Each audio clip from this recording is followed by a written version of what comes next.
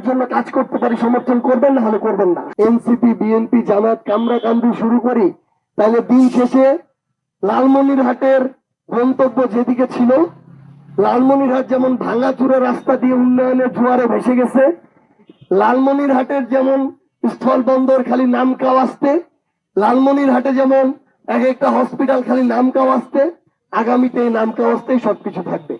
অভ্যুত্থান পরবর্তী যে বাংলাদেশের রাজনৈতিক পরিবেশ, কালচারের স্বপ্ন আমরা দেখেছি, এই স্বপ্নটা বাংলাদেশের প্রত্যেকটা ইউনিয়নের গণমানুষের কাছে পৌঁছে দেওয়া আমাদের দায়িত্ব।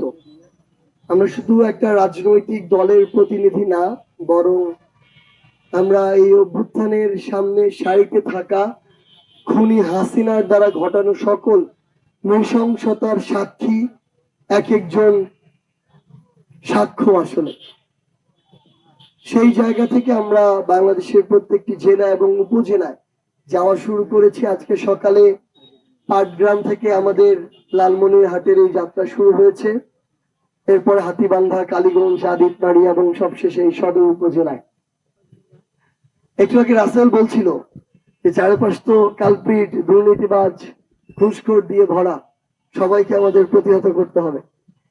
তো কিছু ক্ষেত্রে একমত, আবার একটা জিনিস চিন্তা করলে একমত হতে পারি না, যে এই মুহূর্তে বিগত 16 বছরে বাংলাদেশের সিস্টেমটাকে এমন ভাবে কলুষিত করা হয়েছে, খুনি হাসিনা নিজের এলাকা কেন্দ্রিক স্বজনপ্রীতি মাধ্যমে এমন একটা ফ্যাসিস্ট ব্যবস্থা, স্বৈরাচারী লুটপাটের ব্যবস্থা কায়েম করেছিল।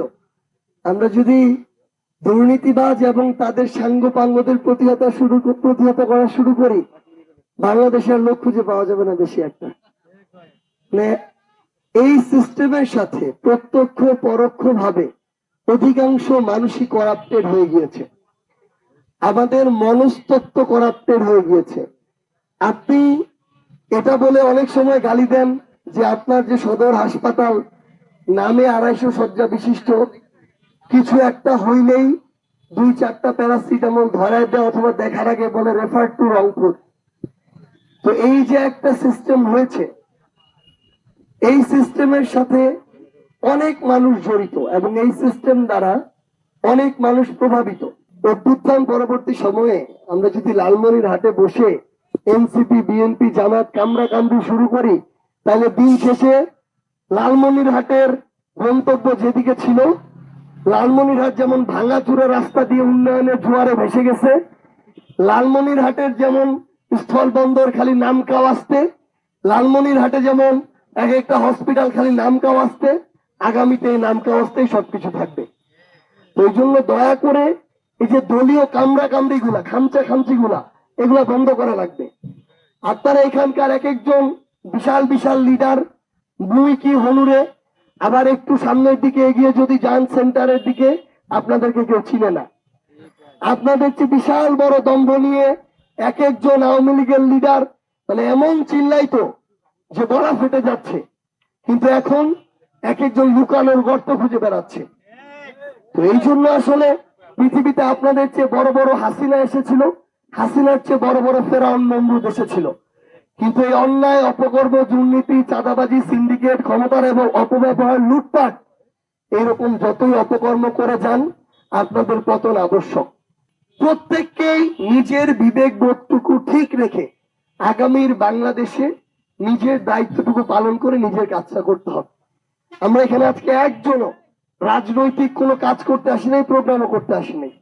আমরা আমাদের স্বপ্নগুলো আপনাদের সামনে তুলে ধরতে এসেছি। সন্তান হিসেবে, ভাই হিসেবে আমরা যে জিনিসগুলো অনুভব করি সেই জিনিসগুলো বলতে এসেছি। আপনাদের খুব কিছু সামান্য কিন্তু বোল্ড কাজ করতে হবে।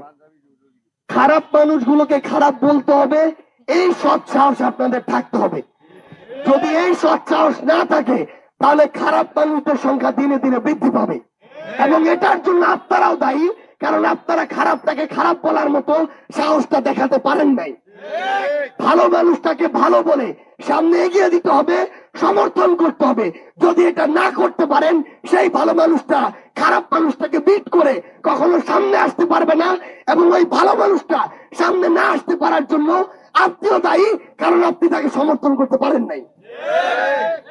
এতদিন ধরে এই পুরো বাংলাদেশে আমরা আমাদের দাদাদের দেখেছি একটা দল একটা মার্কায় ভোট দিয়ে এসেছে, ওইটাতে না দিলে তার মান সম্মান থাকে না। আমরা এরপর আমাদের বাপদের দেখলাম, তারাও দাদার অনুসরণ করে ওই একই দল মার্কায় ভোট দিয়ে এসেছে, না দিলে তারও মান সম্মান থাকে না। এরপরে ছেলের জেনারেশন, বাপের ধারা যদি বজায় না রাখে তারও মান সম্মান থাকে না।